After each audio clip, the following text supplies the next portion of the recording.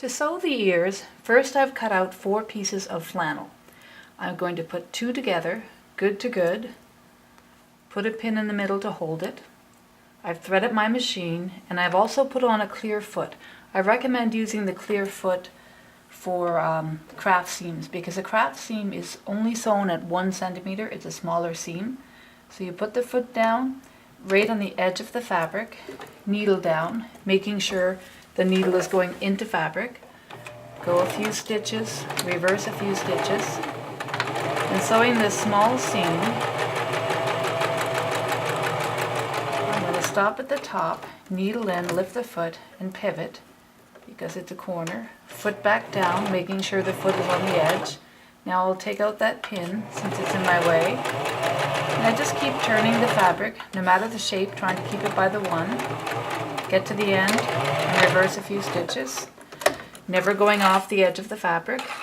Then I cut those threads close to the fabric, but far from the machine, leave at least a 10 to 15 centimeter tail. Then cut off the other threads, the original threads, get in the habit of cutting them, and then I'm going to flip it. You can use your finger to poke that out.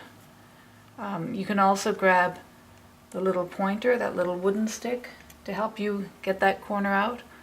And you can carefully take a pin. Don't pull too much, you don't want to get a hole.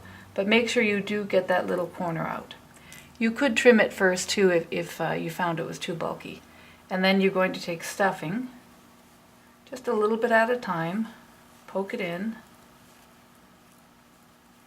stuff it until you're happy with it, but don't overstuff it because you are going to have to sew it closed. So push the stuffing down, and at this point you may want to put a pin down here so that there's no stuffing where you need to sew it at the 1. Put it against the 1, foot down, needle down, sew a few stitches, reverse a few.